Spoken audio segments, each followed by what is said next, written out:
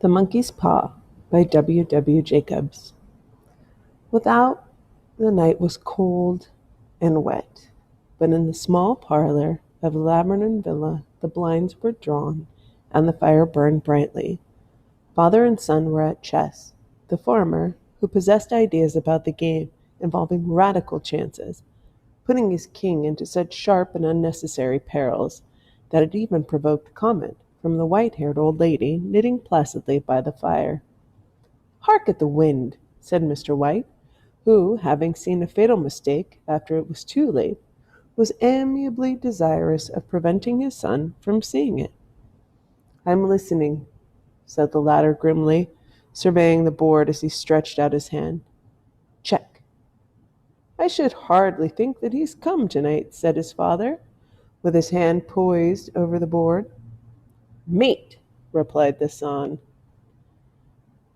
"That's the worst of living so far out," bawled Mr. White, with sudden and unlooked-for violence.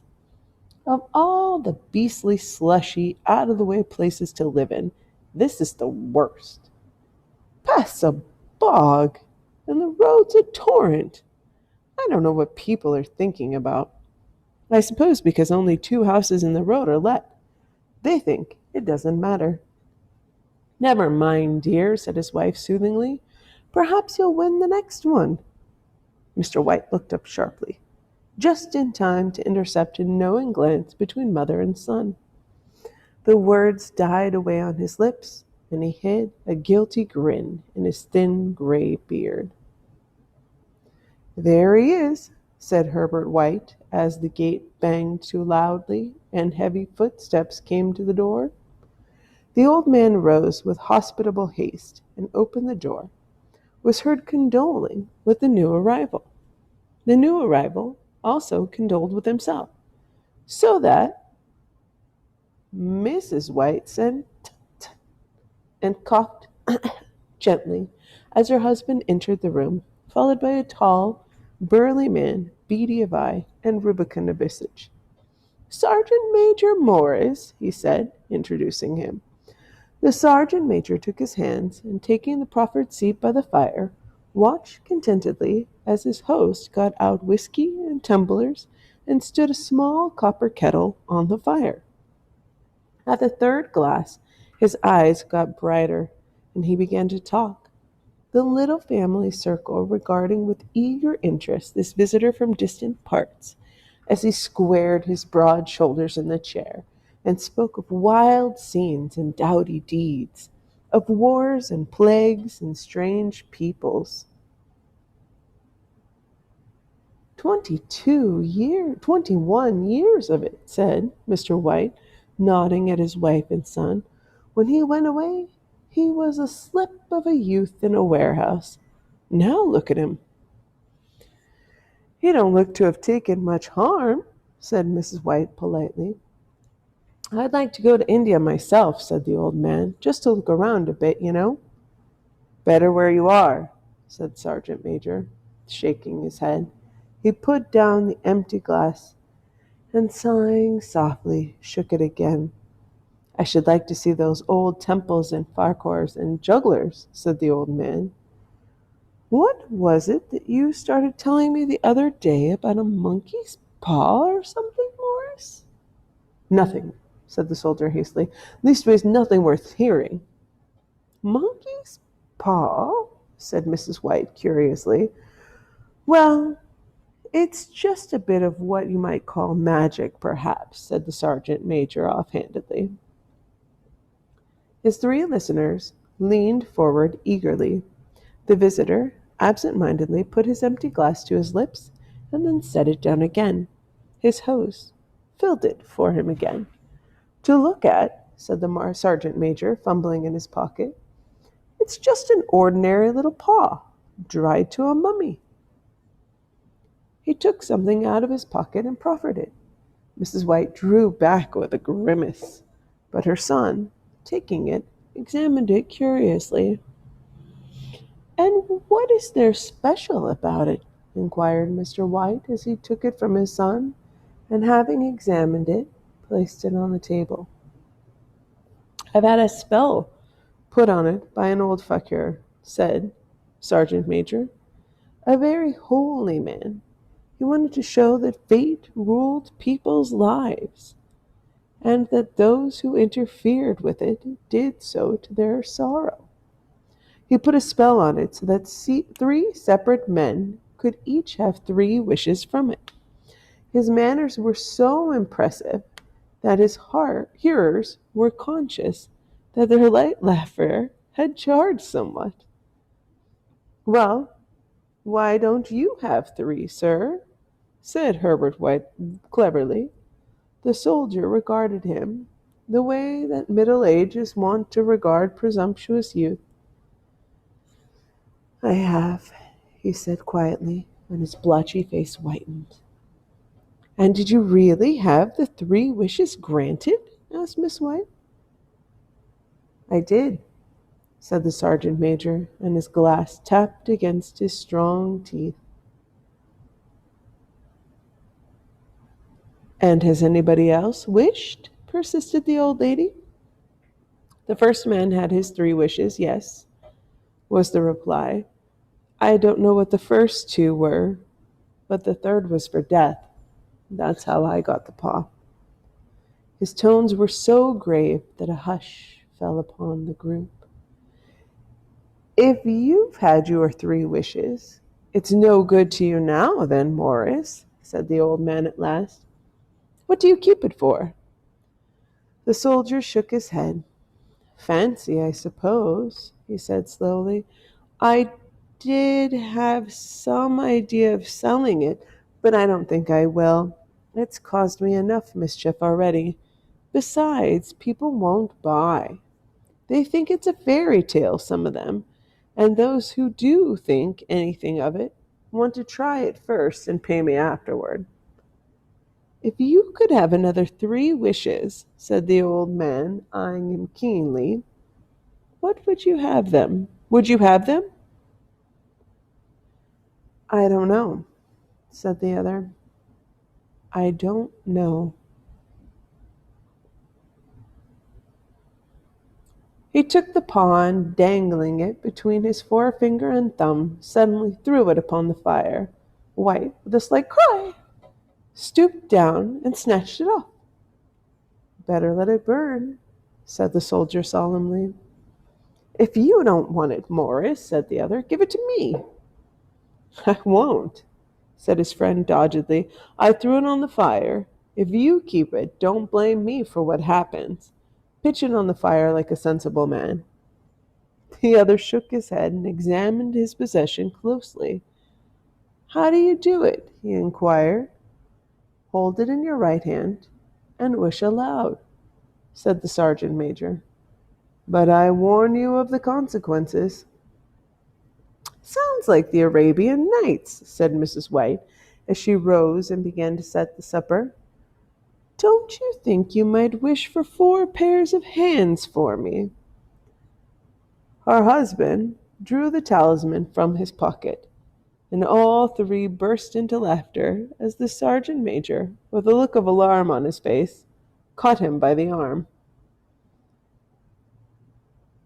If you must wish, he said gruffly, wish for something sensible. Mr. White dropped it back in his pocket and, placing chairs, motioned his friend to the table. In the business of supper, the talisman was partly forgotten, and afterward the three sat listening in an enthralled fashion to a second installment of the soldier's adventures in India. If the tale about the monkey's paw is not more truthful than those he has been telling us, said Herbert, as the door closed behind their guest, just in time to catch the last train, we shan't make much of it. Did you give anything for it, father? Inquired Mrs. White, regarding her husband closely. A trifle, he said, coloring slightly. He didn't want it, but I made him take it, and he pressed me again to throw it away. Likely, said Herbert, with pretended horror. Why, we're going to be rich and famous and happy. Wish to be an emperor, father, to begin with, and then you can't be henpecked. He darted around the table, pursued by the malines Miss White, armed with an antimacassar. Mr. White took the paw from his pocket and eyed it dubiously. I don't know what to wish for, and that's a fact, he said slowly. It seems to me I've got all I want. If you only cleared the house, you'd be quite happy, wouldn't you? Said Herbert, with his hand on his shoulder. Well, wish for £200 then. That'll just do it. His father, smiling shamefacedly at his own credulity, held up the talisman as his son, with a solemn face somewhat marred by a wink at his mother, sat down and struck a few impressive chords. I wish for £200, said the old man distinctly. A fine crash from the piano greeted his words, interrupted by a shuddering cry from the old man. His wife and son ran towards him. It moved, he cried, with a glance of disgust at the object as it lay on the floor. As I wished, it twisted in my hand like a snake. Well, I don't see the money, said his son, as he picked it up and placed it on the table, and I bet I never shall. It must have been your fancy, father, said his wife, regarding him anxiously. He shook his head. Never mind, though. There's no harm done. But it gave me a shock all the same. They sat down by the fire again while the two men finished their pipes. Outside the wind was higher than ever, and the old man stared nervously at the sound of a door banging upstairs. A silence unusual and depressing settled on all three, which lasted until the old couple rose to retire for the rest of the night. I expect you'll find the cash tied up in a big bag in the middle of your bed, said Herbert, as he bade them good night, and something horrible squatting on top of your wardrobe, watching you as you pocket your ill-gotten gains. He sat alone in the darkness, gazing at the dying fire and seeing faces in it. The last was so horrible and so simian that he gazed at it in amazement. It got so vivid that with a little uneasy laugh he felt on the table for a glass containing a little water to throw over it. His hand grasped the monkey's paw, and with a little shiver he wiped his hand on his coat and went to bed. Part 2. In the brightness of the wintry sun next morning, as it streamed over the breakfast table, he laughed at his fears. There was an air of prosaic wholesomeness about the room, which it had lacked on the previous night, and the dirty, shriveled little paw was pitched on the sideboard with a carelessness which betokened no great belief in its virtues. I suppose all old soldiers are the same, said Mrs. White. The idea of our listening to such nonsense. How could wishes be granted in these days? And if they could, how could £200 hurt you, father? Might drop on his head from the sky, said the frivolous Herbert. Morris said that things happen so naturally, said his father, that you might, if you so wished, attribute it to coincidence. Well, don't break into the money before I come back, said Herbert as he rose from the table.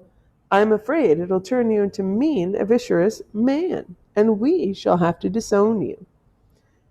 His mother laughed and followed him to the door, watched him down the road, and returning to the breakfast table, was very happy at the expense of her husband's credulity. All of which did not prevent her from scurrying to the door at the postman's knock, nor prevent her from referring somewhat shortly to retired sergeant majors of bibulous habits when she found that the post brought a tailor's bill. Herbert will have some more of his funny remarks, I expect, when he comes home, she said, as they sat at dinner. I dare say said Mr. White, pouring himself out some beer. "But for all that, the thing moved in my hand. That I'll swear to." "You thought it did," said the old lady soothingly. "I say it did," replied the other. "There's no thought about it. I had just— What's the matter?" His wife made no reply. She was watching the mysterious movements of a man outside, who, peering in an undecided fashion at the house, appeared to be trying to make up his mind to enter. In mental connection with the £200, she noticed that the stranger was well dressed and wore a silk hat of glossy newness. 3 times he paused at the gate and then walked on again. The 4th time he stood with his hand upon it, and then, with sudden resolution, flung it open and walked up the path. Mrs. White, at the same moment, placed her hands behind her and hurriedly unfastened the strings of her apron, put that useful article of apparel beneath the cushion of the chair. She brought the stranger, who seemed ill at ease, into the room.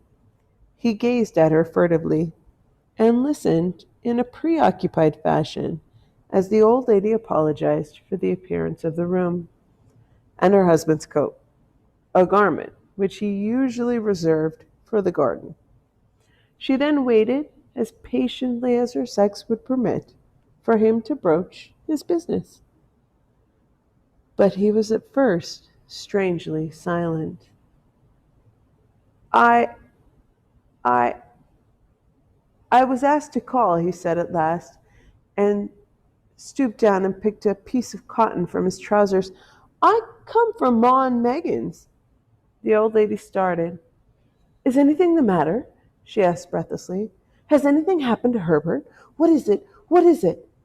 Her husband interposed. "There, there, mother," he said hastily. "Sit down and don't jump to conclusions. You've not brought bad news, I'm sure, sir?" And eyed the other wistfully. "I'm sorry," began the visitor. "Is he hurt?" demanded the mother wildly. The visitor bowed in assent. "Badly hurt," he said quietly. "But he's not in any pain." "Oh, thank God!" said the woman, clasping her hand. "Thank God for that! Thank—" She broke off as the sinister meaning of the assurance dawned on her, and she saw the awful confirmation of her fears in the other's averted face. She caught her breath, and turning to her slower-witted husband, laid her trembling hand on his. There was a long silence. "He was caught in the machinery," said the visitor, at length, in a low voice. "Caught in the machinery?" repeated Mrs. White, in a dazed fashion. "Yes." He was staring out the window, and taking his wife's hand between his own, pressed it as he had been wont to do in their old courting days, nearly 40 years before. "He was the only one left to us," he said, turning gently to the visitor. "It's hard." The other coughed, and rising, walked slowly to the window. "The firm wishes me to convey their sincere sympathy with you in your great loss," he said, without looking around. "I beg that you will understand I am only their servant and merely obeying orders." There was no reply. The old woman's face was white, her eyes staring, and her breath inaudible. On the husband's face was a look such as his friend the sergeant might have carried into his first action. "I was to say that Ma and Meggins disclaim all responsibility," continued the other.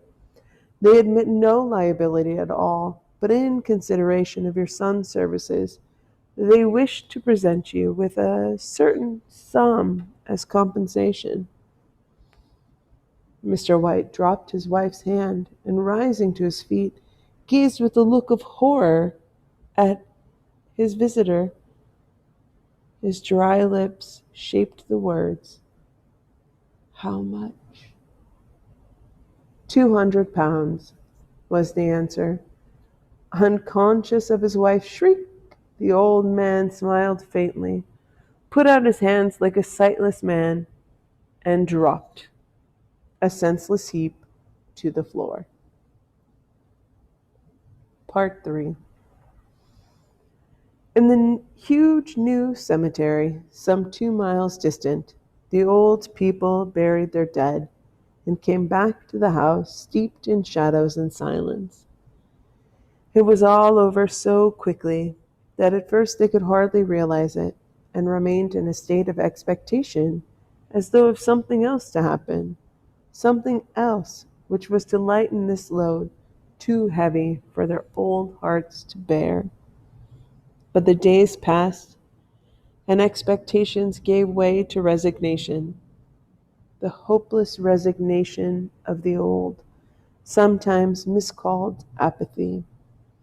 Sometimes they hardly exchanged a word, for now they had nothing to talk about, and their days were long to weariness. It was about a week after that the old man, waking suddenly in the night, stretched out his hand and found himself alone. The room was in darkness, and the sound of subdued weeping came from the window. He raised himself in bed and listened. "Come back," he said tenderly. "You'll be cold." "It's colder for my son," said the old woman, and wept afresh. The sound of her sobs died away on his ears. The bed was warm, and his eyes heavy with sleep. He dozed fitfully, and then slept until a sudden wild cry from his wife awoke him with a start. "The paw!" she cried wildly. "The monkey's paw!" He started up in alarm. Where is it? What's the matter?" She came stumbling across the room towards him. "I want it," she said quietly. "You've not destroyed it?" "It's in the parlor, on the bracket," he replied, marveling. "Why?" She cried and laughed together, and bending over, kissed his cheek. "I only just thought of it," she said hysterically. "Why didn't I think of it before? Why didn't you think of it?" "Think of what?" he questioned. "The other 2 wishes," she replied rapidly. "We've only had one." "Wasn't that enough?" he demanded fiercely. "No," she cried triumphantly. "We'll have one more. Go down and get it quickly and wish our boy alive again."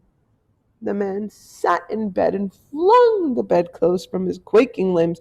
"Good God, you are mad!" he cried aghast. "Get it!" she pained. "Quickly, get it quickly and wish. Oh, my boy, my boy!" Her husband struck a match and lit the candle. "Get back to bed," he said unsteadily. "You don't know what you're saying." "We've had the first wish granted," said the old woman feverishly. "Why not the second?" "A coincidence?" stammered the old man. "Go get it and wish," cried his wife, quivering with excitement. The old man turned and regarded her, and his voice shook. "He had been dead 10 days. He's been dead 10 days. And besides, I would not tell you else, but I could only recognize him by his clothing. If he was too terrible for you to see, then how now?" "Bring him back," cried the old woman, and dragged him to the door. "Do you think I fear the child I have nursed?" He went down in the darkness and felt his way to the parlor, and then to the mantelpiece. The talisman was in its place, and a horrible fear that the unspoken wish might bring his mutilated son before him ere he could escape from the room seized up upon him, and he caught his breath, and he found that he had lost the direction of the door. His brow cold with sweat, he felt his way round the table and groped along the hall until he found himself in a small passage with the unwholesome thing in his hand. Even his wife's face seemed to change as he entered the room. It was white and expectant, and his fears seemed to have an unnatural look upon it. He was afraid of her. "Wish!" she cried in a strong voice. "It is foolish and wicked," he faltered. "Wish!" repeated his wife. He raised his hand. "I wish for my son alive again." The talisman fell to the floor, and he regarded it fearfully. Then he sank trembling into a chair as the old woman with burning eyes walked to the window and raised the blind. He sat until he was chilled with the cold, glancing occasionally at the figure of the old woman peering through the window. The candle end, which had burned below the rim of the china candlestick, was throwing pulsating shadows on the ceiling and walls until, with a flicker larger than the rest, it expired. The old man, with an unspeakable sense of relief at the failure of the talisman, crept back to his bed, and a minute afterward the old woman came silently and apathetically beside him. Neither spoke, but sat silently listening to the ticking of the clock. A stair creaked, and a squeaky mouse scurried noisily through the wall. The darkness was oppressive, and after lying for some time, screwing up his courage, he took the box of matches, and striking one, went downstairs for a candle. At the foot of the stairs the match went out, and he paused to strike another, and at the same moment a knock came, so quiet and stealthy as to be scarcely audible, sounded on the front door. The matches fell from his hand and spilled in the passage. He stood motionless, his breath suspended, until the knock was repeated. Then he turned and fled swiftly back to his room and closed the door behind him. A third knock sounded through the house. "What's that?" cried the old woman, starting up. "A rat," said the old man in shaking tones. "A rat. It passed me on the stairs." His wife sat up in bed listening. A loud knock resounded through the house. "It's Herbert!" She ran for the door, but her husband was before her, and catching her by the arm, held her tightly. "What are you going to do?" he whispered hoarsely. "It's my boy. It's Herbert," she cried, struggling mechanically. "I forgot it was 2 miles away. What are you holding me for? Let go. I must open the door." "For God's sake, don't let it in," cried the old man, trembling. "You're afraid of your own son," she cried, struggling. "Let me go. I'm coming, Herbert, I'm coming." There was another knock and another, and the old woman with a sudden wrench, broke free and ran from the room. Her husband followed to the landing and called after her appealingly as she hurried downstairs. He heard the chain rattle back and the bolt drawn slowly and stiffly from the socket. Then the old woman's voice, strange and panting. "The bolt!" she cried loudly. "Come down, I can't reach it."